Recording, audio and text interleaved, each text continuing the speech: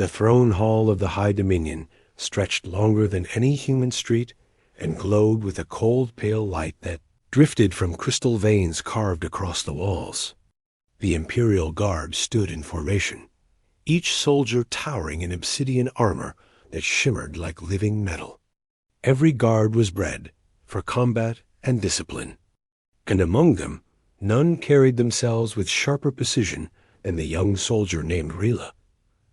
Her posture never faltered, her gaze never wavered, and her loyalty to the Queen was unquestioned. Today, however, her attention was fixed on something she had not expected to see inside the throne hall. A human. He stood far from the center, near the pillars, with his wrists bound in silver restraints that glowed faintly with energy. His clothing was torn from the crash of his small vessel, and streaks of dust darkened his face. Yet there was no fear in his eyes.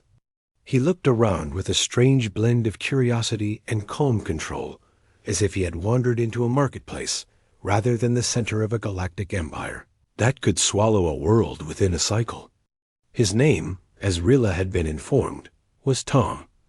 Rila let out a small laugh before she could stop herself. The sound echoed softly off the crystal walls. She had seen humans in data files, in old reports, in strategic analyses that placed them near the bottom of the Dominion's concern lists. They were adaptable, resourceful, unpredictable, but hardly a match for a Dominion soldier. Tom seemed no different. He was shorter, slimmer, and utterly fragile compared to the towering figures of the guards. Rila wondered why the Queen had bothered to summon him rather than let the scouts dispose of him at the crash site. Tom heard her laugh and glanced in her direction with a tiny smile. It wasn't mocking. It wasn't confused. It simply acknowledged that he had heard her. That was all. Rila's amusement deepened at his boldness. He did not understand the power structure around him or the weight of standing before the Queen of the Dominion. The throne doors opened with a deep, resonant hum, and the Queen entered. She was tall, even by Dominion standards, draped in flowing robes that shimmered like starlight caught in motion. Her presence drew the air tighter, as if the hall itself straightened in reverence. Her guards bowed as one, and Rila lowered her head with absolute obedience. The Queen studied Tom with a gaze both calculating and curious. She had not summoned him for punishment, but for understanding. Reports about humans had grown in recent cycles. Their resilience was unusual. Their creativity was unchecked by genetic conditioning. Their ability to adapt to impossible conditions had begun to interest her, though she would never admit such fascination openly. She approached Tom with slow steps. Tom remained still, watching her without hostility. There was a quiet steadiness in him that even Rila could not explain. "Human, you stand before the Dominion," the Queen said. "Your vessel entered restricted space. Explain your purpose." Tom took a breath. His voice was calm. "I'm not here to start trouble.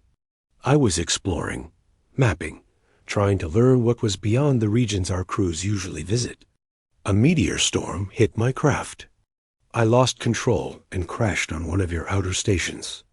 The hall remained silent as the Queen considered his answer. Rila expected the Queen to dismiss him or hand him over to the analysts. Instead, the Queen motioned for his restraints to be removed. Tom flexed his wrists once free, but remained still.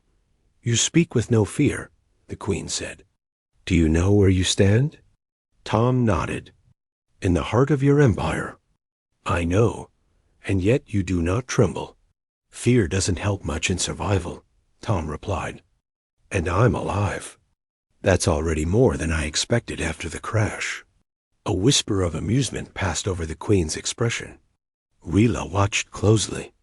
She had served for years and rarely saw the Queen show even a hint of humor. Something about the human intrigued her. Rila did not share that curiosity. She still found his presence faintly ridiculous. The Queen turned to Rila. "You will observe him.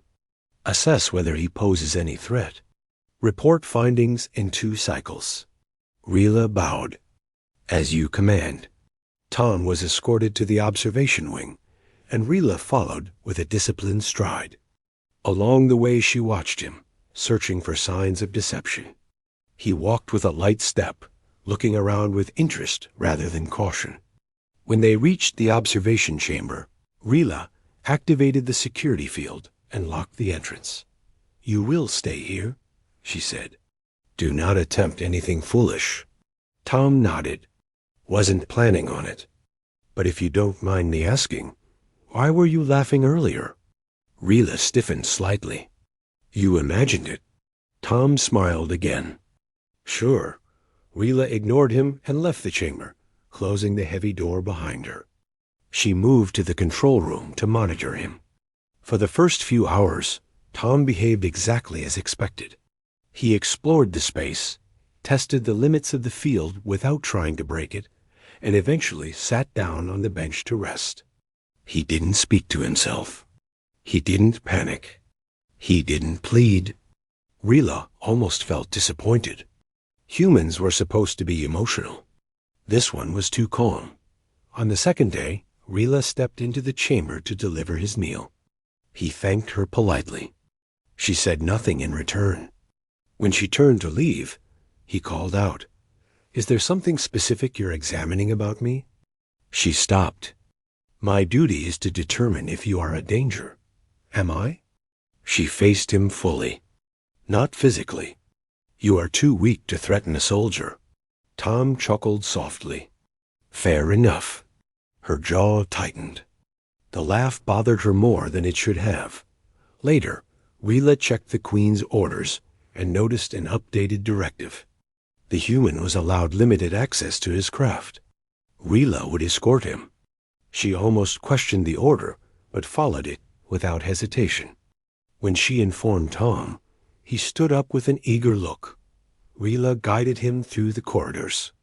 They passed through armor vaults, engine bays, and hangar lines, where massive Dominion ships rested in skeletal frameworks. Everything towered above Tom, but he still walked with confident curiosity. When they reached the damaged vessel, Rila stood ready to intervene, expecting him to attempt some escape or sabotage. Instead, Tom inspected the wreckage with focused sadness. "I named her Beacon," he muttered. "She got me through dark places." Rila raised a brow. "Your species forms attachments to machines?" "We form attachments to anything that stays with us long enough," Tom said. He began repairing what he could with the limited tools the Dominion allowed him. Rila watched closely. His movements were efficient. His hands were steady. His mind worked quickly, analyzing the damage and forming solutions despite lacking proper equipment. He didn't complain. He didn't hesitate. He simply worked. Hours passed. Rila did not understand why she found herself observing him with deeper attention. He was still small and fragile, yet he was undeniably capable. When he needed to reach a section he could not access, he improvised a tool from scraps on the floor. When a panel was jammed, he found the exact angle to release it without force. His problem-solving was instinctive, creative, adaptive, exactly the traits Dominion analysts had noted, but never demonstrated with such clarity. By the time they returned to the observation chamber, Rila no longer felt the urge to laugh at him. On the third cycle, an emergency shook the station. An energy surge from the outer reactors triggered alarms. Rila rushed to the control corridor, receiving rapid updates. The coolant lines had collapsed. If the reactor overheated, it would breach and tear the entire station apart. Engineers scrambled to stabilize the flow, but the pressure readings kept rising. The Queen had been informed and was preparing evacuation for herself and a fraction of the guard. The rest would not survive if the core detonated. Rila ran to the observation chamber to secure the human during the crisis. She found Tom already standing. "I heard the alarms," he said. "What happened?" "It does not concern you," Rila replied. "Remain here." Tom stepped closer. I used to repair similar reactors on my outpost. If you tell me the pressure readings, I might help. Rila stared at him. The idea was absurd. Dominion reactors were far beyond human technology. But seconds were slipping away. Rila hesitated only a moment before sending him the data on her wrist display. Tom scanned the figures and frowned. You're channeling the coolant wrong. The pressure is trapped behind the secondary loops. You need to redirect it manually. Rila stiffened. Manual override requires entering the lower conduit chamber. It is flooded with volatile heat. Tom held out his hand. Let me in. Rila paused, torn between protocol and the rising alarms. She made her decision. She deactivated the chamber lock and escorted Tom through corridors filled with flashing red lights. When they reached the conduit hatch, scorching air roared through the opening. Rila grabbed Tom's shoulder. You cannot survive this. Tom looked up at her with a steady expression. Maybe not, but I can try. You can't fit into the crawl space. I can. Before she could stop him, Tom slipped inside. Rila cursed under her breath and activated the comlink so she could track him. The heat levels were lethal. Yet Tom kept moving. He reached the first loop and began rerouting the coolant. His breaths grew strained, but he refused to stop. Rila shouted for him to retreat, but he kept working. Minutes stretched painfully. Tom's voice trembled as he confirmed each adjustment. He collapsed once, but pushed himself back up. He reached the final valve and forced it into place. The pressure readings fell sharply.